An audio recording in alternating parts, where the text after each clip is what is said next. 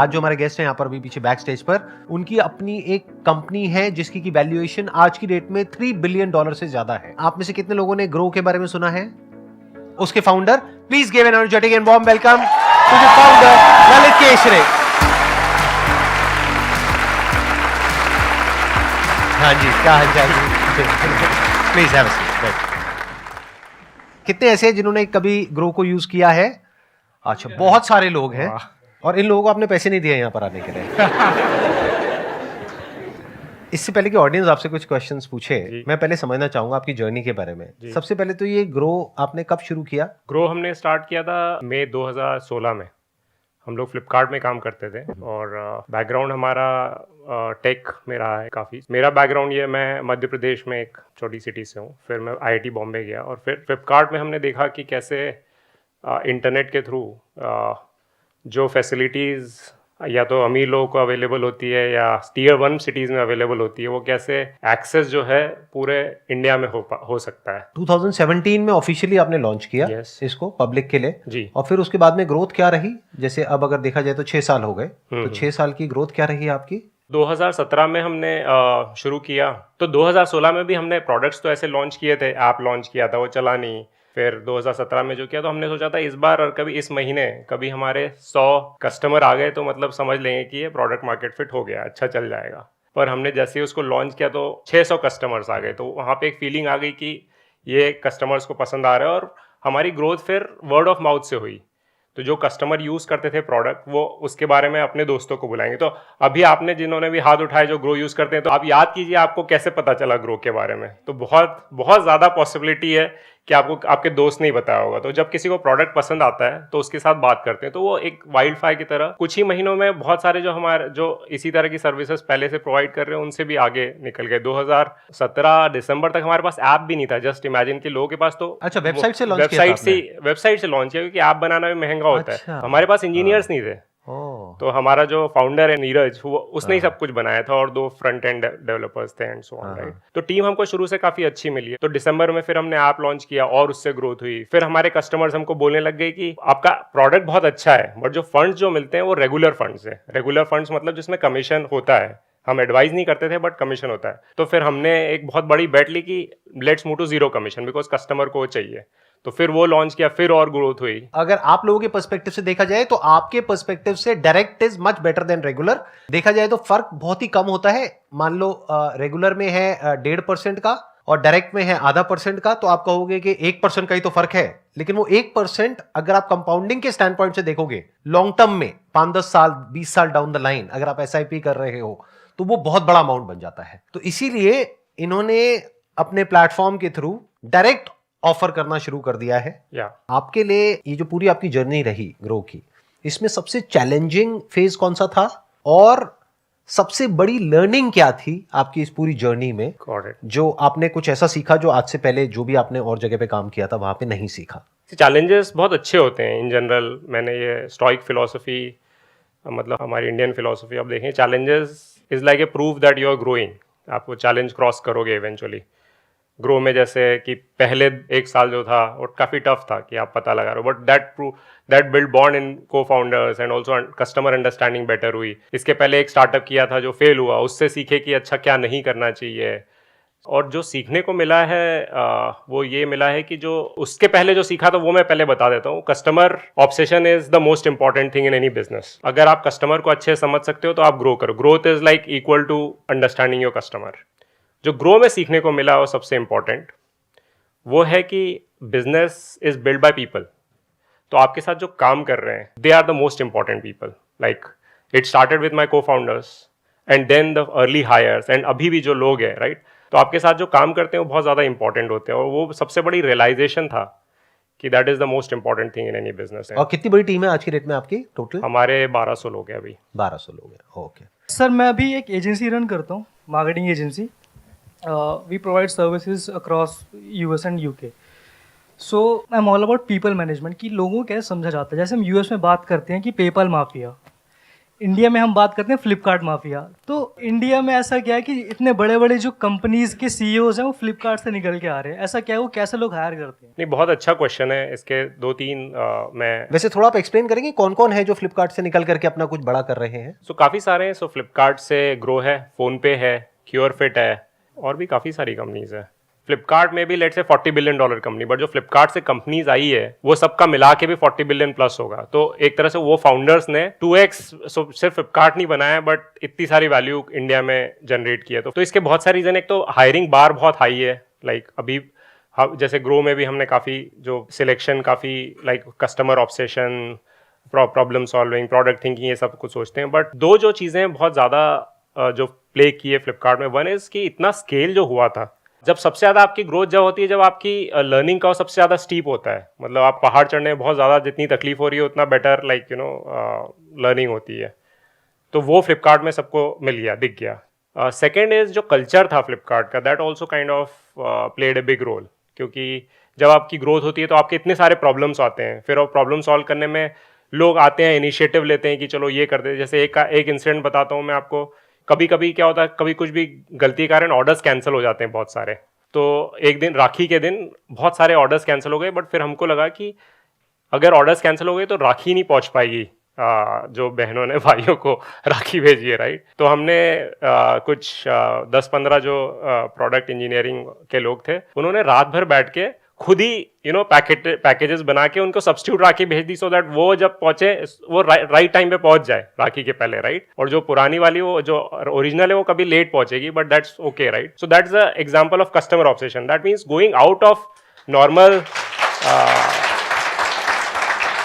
तो टेक्निकली मतलब वो आपके भाई हो गए, मतलब सो ये जो इतने सारे चैलेंजेस जब होते हैं तो आप के साथ जो काम करते हैं वो भी आपको समझते हैं, तो बॉन्डिंग बनती है और आप सीखते हो। और जो आपके आसपास सारे टैलेंटेड लोग हैं तो फिर आप उनसे भी काफ़ी सीख रहे हो। तो हमेशा जब भी आप इनोवेशन देखोगे तो हमेशा ग्रुप्स में ही होता है। सर माय क्वेश्चन इज, आपने बताया सर ग्रो का जो मार्केट था वो माउथ टू माउथ से ज़्यादा चलता था, मतलब एक पीपल दूसरे पीपल को रिफर करते थे। सर तो मेरा क्वेश्चन ये है, मार्केटिंग कैसे इस चीज़ को इम्पैक्ट किया और कस्टमर्स किस रेंज से इंक्रीज होते हैं मार्केटिंग से? अगर आप स्टार्टअप कर रहे हो तो आपको सिर्फ मार्केटिंग की बात करते हैं। मार्केटिंग बहुत गंदा वर्ड है एक्चुअली मेरे ख्याल से। एक नया वर्ड बताता हूँ आपको, job to be done. Job to be done का मतलब है कि कस्टमर का क्या जॉब है जो कस्टमर को करना है, और आप जो हो, आप सिर्फ एक टूल हो कस्टमर का जॉब करने के लिए। तो आप कस्टमर का जॉब जितनी आसानी से कर सकते हो उतना आपको आसान करना है, कस्टमर को इन्वेस्ट करना है। तो अगर कभी आप क्वेश्चन को इन्वर्ट कर दो, आप क्वेश्चन पूछ रहे हो कि मैं मार्केटिंग कैसे करूं, इसको हटा के आप कस्टमर के एंगल से पूछो कि कस्टमर को ये करना है, मैं कस्टमर की लाइफ कैसे सिंपल कर सकता हूं। पहले के टाइम में जो मार्केटिंग का पूरा जो कॉन्सेप्ट था ना, that was very different from जो आज की डेट में जिस तरीके से मार्केटिंग की जाती है, या जो मार्केटिंग का रेलेवेंस है। क्योंकि पहले क्या होता था कि मास प्रोडक्शन होता था। इंडस्ट्रियल एज की अगर बात करी जाए, मास में प्रोड्यूस करो, मास में एडवर्टाइज करो, मास में बिकेगा, सब कुछ मास में करो। अब ये सारा खेल पलट चुका है। क्यों? क्योंकि अब आज की डेट में एडवर्टाइजिंग का वो इंपैक्ट रहा ही नहीं है जो आज से 40-50 साल पहले था। क्योंकि आज की डेट में आप ये देखो ना, we are all overloaded with so much of information. तो आज की डेट में जो मार्केटिंग की पूरी स्ट्रैटेजी है, या जो भी आज की डेट में जो मार्केटिंग गुरुज हैं वर्ल्ड वाइड, अगर आप देखोगे जो वो प्रोपोगेट कर रहे हैं, जिस तरीके से वो बात कर रहे हैं, वो यही बात है जो ये कह रहे हैं कि आपको सिर्फ ये सोचना है कि जो आपका कस्टमर है उसका एक्सपीरियंस आप कैसे बेटर कर सकते हो, जो उसको चाहिए उसको कैसे एनेबल कर सकते हो वहां तक पहुंचने में। तो now businesses are more like enablers, और मार्केटिंग का रोल क्या रह गया? सिर्फ इन्फॉर्म करने का। अभी क्या हो गया है, सोशल मीडिया की वजह से और इन सब चीजों की वजह से चीजें बहुत तेजी से फैलती है, अच्छी भी और बुरी भी। News whether it is good और bad about a company, a product और अ सर्विस, बहुत तेजी से फैल जाती है। तो अब जो इंपॉर्टेंट काम है वो ये है कि आपको कुछ अच्छा बनाना है। अगर अच्छा होगा और किसी की लाइफ एक्चुअल में उससे बेटर होगी तो लोग बात करेंगे। जैसे प्रोडक्ट मार्केट फिट की बात हुई थी, जब इन्होंने टारगेट किया था कि 100 कस्टमर आ जाए, लेकिन 600 आ गए थे। इन्होंने सोचा था 100, लेकिन उन 100 ने 6 को और बता दिया, तो 600 हो गए ना। तो दैट इज गुड मार्केटिंग। लेकिन एक्चुअल में उसके लिए इन्होंने क्या किया? हो सकता है अपने फ्रेंड्स में, रिलेटिव्स में, अपने एम्प्लॉइज में, अपना जो सर्कल है उसी से शुरू किया होगा। आई डोंट थिंक कि आपने शुरू में कोई बहुत ऐड करी होगी या कुछ किया होगा। उनको अच्छा लगा, उन्होंने आगे रिकमेंड किया, उन्होंने आगे रेफर किया, फिर उन्होंने आगे किया, उन्होंने आगे किया। तो अब फ्यूचर में इस तरह की मार्केटिंग चलने वाली है। Sir my question is like, जब आप कोई स्टार्टअप करते हो तो स्टार्टिंग में थोड़ा टाइम लगता है उसको बिल्ड करने में, बट जब चीज़ें थोड़ी सी ठीक होने लगती हैं, ठीक से चलने लगता है जैसा हमने एक्सपेक्ट किया है, तो खुद से लगता है कि नहीं थोड़ा सा और अच्छा करना चाहिए। तो उसके लिए हम एफर्ट्स करते हैं और चीज़ें करते हैं like advertisement, online marketing, so on. But जैसा हमने सोचा फिर चीज़ें उसके अकॉर्डिंग चलनी बंद हो जाती हैं, तो खुद में एक मतलब गिल्ट वाली फीलिंग आ जाती है कि नहीं कुछ और करना है और अच्छा करना है, हो नहीं पा रहा। तो उस टाइम पे लगता है नहीं अब छोड़ देना चाहिए, बस हो नहीं पा रहा, गिव अप कर दो। थोड़ा सा आप एग्जांपल देना चाहेंगे, आप किस चीज के बारे में बात जैसे कर कि रहे हैं? सर मैं पहले पढ़ाती थी कोचिंग, तो मैंने अपना कोचिंग सेंटर स्टार्ट किया, तो मैंने पढ़ाया तो अच्छा रिस्पांस था बच्चों का, स्टूडेंट्स भी आए। फिर मैंने सोचा थोड़ा सा ग्रो करते हैं, यूट्यूब चैनल भी बनाया, फिर अच्छा रिस्पांस था यूट्यूब पर भी। बट सर अब जो लग रहा है ना कि और बड़ा करना चाहिए, तो वो हो नहीं पा रहा। मेरे दिमाग में दो आंसर आ रहे हैं अभी। एक आंसर है कि जो एक मैं फ्रेमवर्क यूज़ करता हूँ कि वाई नाउ फ्रेमवर्क। लेट से ग्रो के पास 100 कस्टमर है बट मेरे को 1000 कस्टमर चाहिए, तो मैं फिर पूछूंगा कि 1000 क्यों नहीं है मेरे पास, और फिर then I will try to find answers कि शायद इसलिए नहीं है, ये नहीं है। और फिर आपके पास 10 चीज़ें हो गई और फिर आप हाइपोथेसिस टेस्ट करोगे कि ये हो सकता है, ये हो सकता है, ये हो सकता है, और सो ऑन, राइट।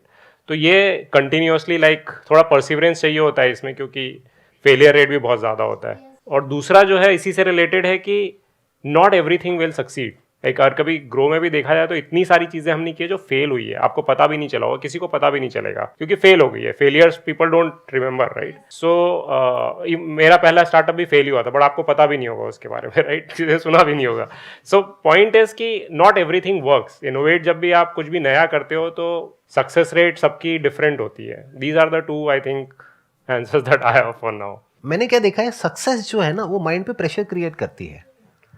मतलब जैसे अगर मेरे को कुछ करना है और मैं बहुत ज़्यादा उसके बारे में सोच रहा हूँ कि सक्सेसफुल होना चाहिए, तो अब प्रॉब्लम क्या है कि सक्सेसफुल होने के लिए जो करना पड़ेगा वो हज़ारों लाखों चीज़ें हैं जो हो सकती हैं, बट हज़ारों लाखों हम कर नहीं सकते। तो अब हम वहाँ पे जा करके स्टक हो जाते हैं और होने क्या लग जाता है कि जो काम एक्चुअल में इंपॉर्टेंट होता है वो पीछे रह जाता है और हम छोटी मोटी चीज़ों में उलझ करके रह जाते हैं और फिर थक जाते हैं, फिर उस प्रोजेक्ट को छोड़ देते हैं। ये एक बहुत बड़ी प्रॉब्लम मैंने नोट करी है अपने साथ में जब भी मैं कुछ नया ट्राई करता हूं। तो मैंने क्या किया है, अपनी थोड़ी एक फिलॉसफी को या वे ऑफ वर्किंग को चेंज कर दिया है। मैं क्या कहता हूं कि अब मेरे को कुछ भी नया करना है ना, तो मुझे फटाफट से फेल होना है, मेरे को सक्सेसफुल होना ही नहीं है। अब आप कहोगे ये क्या बकवास है? इसके पीछे का एक लॉजिक है, अगर आप ध्यान से समझोगे। फटाफट से फेल होने का मतलब ये नहीं है कि मैं कह रहा हूं कि मैं फेल होने का रास्ता ढूंढ रहा हूं। मतलब यह है कि मेरे को फटाफट से उसको करके देखना है कि वो काम करता है या नहीं करता है, ताकि मैं उससे फ्री हो जाऊं, उस आइडिया से, उस कॉन्सेप्ट से। तो वो बैगेज क्रिएट नहीं हो रहा है। It's very subtle. I am not sure आप इसको कैसे देखोगे, कैसे समझोगे। I am talking about if you can fail fast. नहीं, I am not just saying it. लेकिन देखो, ध्यान से समझो मैं क्या कह रहा हूं। पहले तो आपको माइंड में ये बैगेज रखना ही नहीं है कि मैं ये सोच रही हूं, ये मैं करूंगी, उसकी वजह से ये होगा।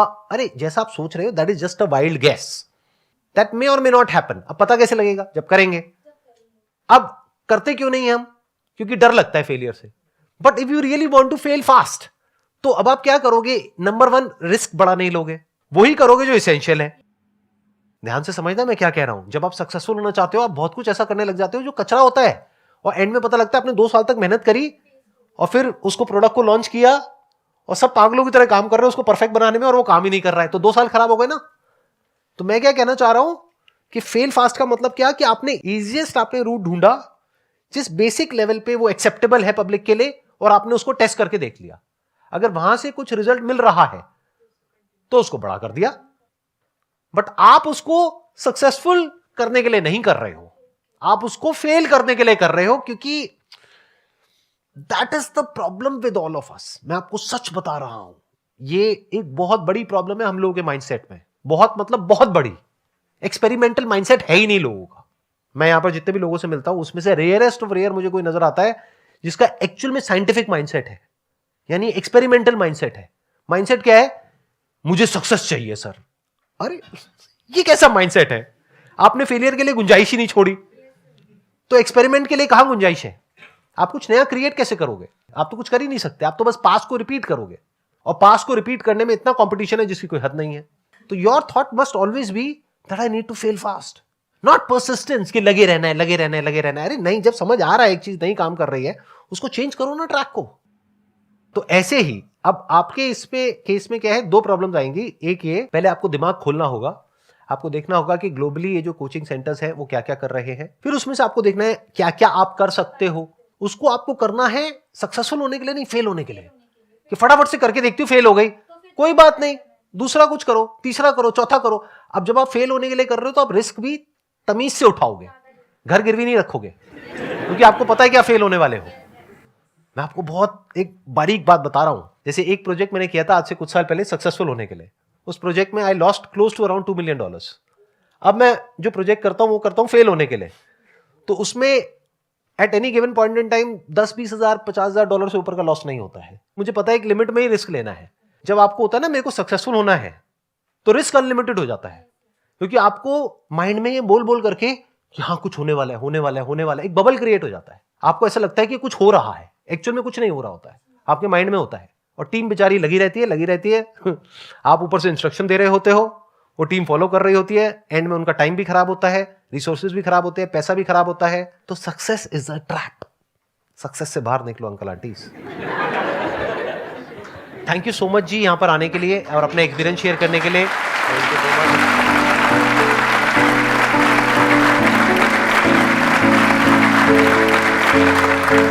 मच।